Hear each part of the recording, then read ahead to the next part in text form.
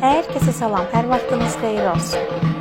Bugün mamamla beraber meyve yağı hazırladıq. Əsasən əzəkli mama çəkdi, çox sağ olsun.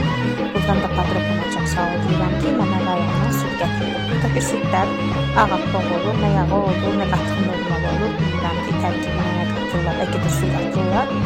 Bizdə meyvə olmadığına görə bizim qab var idi, təmiz mama onda qatığı düzəltdi və içinə qaşıq atdı. Onun səbəbini özümdə bilmədim. Mama deyir ki, məsələn, yağ topalansın deyə onu atdım.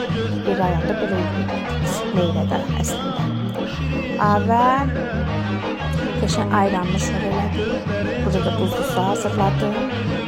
Qəşəng meyvə yağı az da çıxsa, əsas təbii yağımız oldu. Və burada çörək tosterlə qızdırdım, üstünə yaxdım. Və bu ayranla da mama şör hazırladım.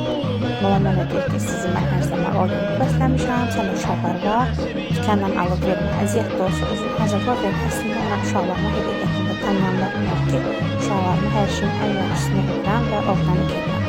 Bundan sonra da belə videolarım çox olacaq, uşaqları necə bəsləyirəm və rayon məhsulları ilə, çünki həqiqətən də maşallah olsun, rayonda qohumlarımız var, onlar da belə məhsullar yeyirlər, hər şeyin də ən gözəli onlarda.